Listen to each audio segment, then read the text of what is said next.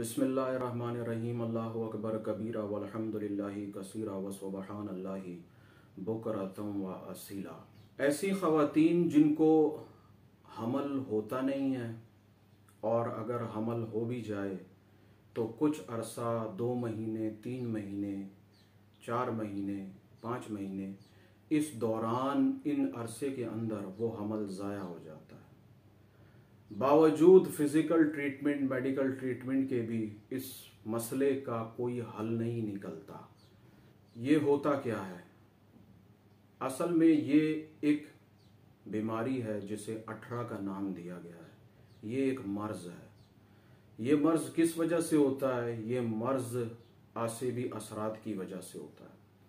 ऐसी खातून जिनके ऊपर आसेबी असरात होंगे उनको मर्ज़ 18 हो जाएगा। और मर्ज़ 18 अव्वल तो हमल होने नहीं देता, और अगर हमल हो भी जाए तो हमल कुछ अरसे के अंदर 5 से 6 महीने के अंदर, बाज़ों का 3 महीने के अंदर वो हमल ज़ाया हो जाता है। और ये एक दफ़ा नहीं, ये कई दफ़ा ऐसा होता चला जाएगा।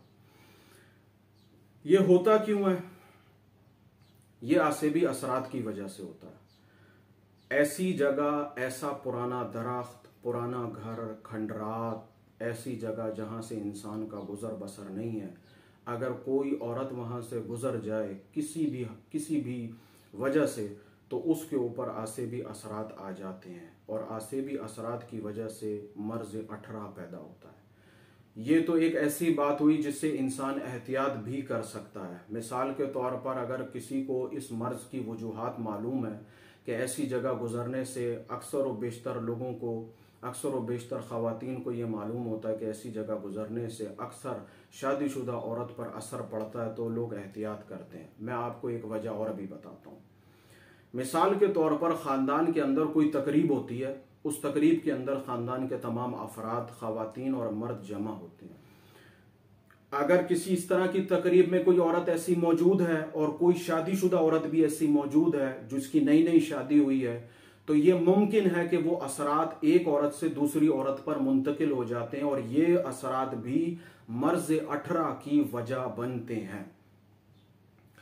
मर्ज़ 18 की वजूहात तो हमारे सामने आ गई कि ये आसेबी असरात की वजह से होता है। आप इसका कितना ही फिजिकल ट्रीटमेंट करा लें, कितना ही मेडिकल ट्रीटमेंट करवा लें, इससे आपको कोई फर्क पैदा नहीं होगा। आपका जो मर्ज है वो अपनी जगह पर ही मौजूद होगा। तो फिर इस मर्ज का आखिर इलाज क्या है? इस मर्ज का जो सबसे पहला इलाज है वो इलाज है एहतियात। ऐसी औरत जिसकी अभी शादी हुई है उसको कई चीजों का ख्याल रखना चाहिए। सबसे पहले उसको किसी ऐसी औरत से नहीं मिलना चाहिए जिस पे कभी मर्ज़ 18 किसको हुआ था, उससे कभी नहीं मिलना चाहिए। अगर आप हमल से हैं तो आप किसी ऐसी तकरीब में ना जाएं, एहतियात करें। मगरिब के बाद आप घर से बाहर ना निकलें, रात की तारीकी में आप घर से बाहर ना जाएं, क्योंकि रात की तारीकी और मगरिब के बाद इन चीज़ों का जो जोर है, असर है, वो बहुत ज़्यादा हो जाता है। ख़ासतर शादीशुदा, जो नई शादीशुदा ख़वातीन हैं, उन पर इसका असर जो है ना वो बहुत जल्दी असरअंदाज हो जाता है और फिर वो मर्ज़ 18 में बदल जाता है। अगर किसी शख्स को या किसी खातून को इस चीज़ का फ़हम ना हो, इस चीज़ की लाइल्मी हो, तो वो फिर इसका ज़ाहिरी तौर पर बेशुमार इलाज कराती रहेगी, लेकिन उससे कोई फ़र्क नहीं पड़ेगा।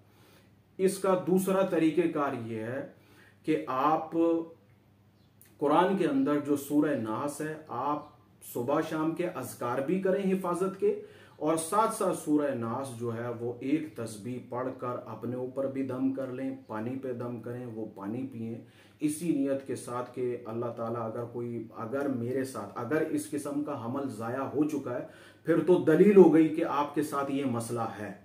बाज़ औक़ात ऐसा होता है कि ख़वातीन के 2-2, 3-3 हमल ज़ाया हो जाते हैं और वो इसको समझते हैं कि शायद ये कोई कुदरती मामला था या शायद कोई बेहतियाती थी। वो ऐसा नहीं है। बावजूद 100 किस्म की एहतियात के भी आपको फिर से हमल ज़ाया हो जाएगा अगर आपने इसका इलाज ना करवाया। तो सूरह नास पढ़ लें, एक तस्बीह सुबह, एक तस्बीह शाम, और उसके बाद पानी पे दम कर लें, वो पानी ही पिए। ये एक अलहदा चीज़ है, एहतियात एक अलहदा चीज़ है। अगर आप ये सोचते हैं कि जी मैंने सूरह नास पढ़ लिया तो अब मुझे एहतियात की ज़रूरत नहीं है, तो ऐसा मुमकिन नहीं है। आपको एहतियात तो हर सूरत करनी ही करनी है, साथ सूरह नास भी पढ़नी है। और ये ऐसा नहीं है कि बस ये आपने एक दिन कर लिया, 2 दिन कर लिया तो बस ठीक है, काफ़ी है, नहीं। ये आपको पहले दिन से लेकर आखिरी दिन तक, यानी कि 9th मंथ्स तक आपको पूरा ये काम करना है। 9 महीने तक पाबंदी के साथ आपको इस तरीके से करना है। ये आप खुद भी कर सकते हैं, घर के अंदर कोई और खातून मौजूद है वो भी करके दे सकती है, लेकिन ये करना लाजमी है। अगर आप नहीं करेंगे तो बाज़ औक़ात देखने में ये भी आया है कि 8वें महीने के अंदर भी जाकर हमल किसी न किसी वजूहात वजह की वजह से ज़ाया हो जाता है। तो मर्ज़ 18 जो है वो बहुत कोई मामूली चीज़ नहीं है। ख़वातीन इसमें अक्सर फंस जाती हैं और फंसने के बाद लाजमी बात है वो मेडिकल की तरफ भागती हैं। मैं आपको हरगिज़ ये नहीं कह रहा हूं कि आप मेडिकल ट्रीटमेंट ना लें, आप बिल्कुल मेडिकल ट्रीटमेंट लें और वो लेना चाहिए। फिजिकल बॉडी के लिए फिजिकल ट्रीटमेंट है और स्पिरिचुअल बॉडी के लिए स्पिरिचुअल ट्रीटमेंट है। तो इंशाअल्लाह ताला मर्ज़ 18 से आपको निजात मिल जाएगी। और इसमें जो जिस तरह मैंने आपको ये बताया कि एहतियात अव्वल चीज़ है, उसको आप अपने सामने रखें, इसको मजाक ना समझें। बड़ा ही तकलीफ दे मामला है। अगर कोई इंसान इस 5वें या 7वें मंथ की स्टेज पर आकर अगर उसके साथ ऐसा हो जाए तो बड़ी तकलीफ दे बात है। अल्लाह ताला की बारगाह में बड़ी आजज़ाना दुआ है, अल्लाह ताला हमें इन चीज़ों को समझने की और इस पर अमल करने की तौफीक अता फरमाए। आमीन सुम्मा आमीन।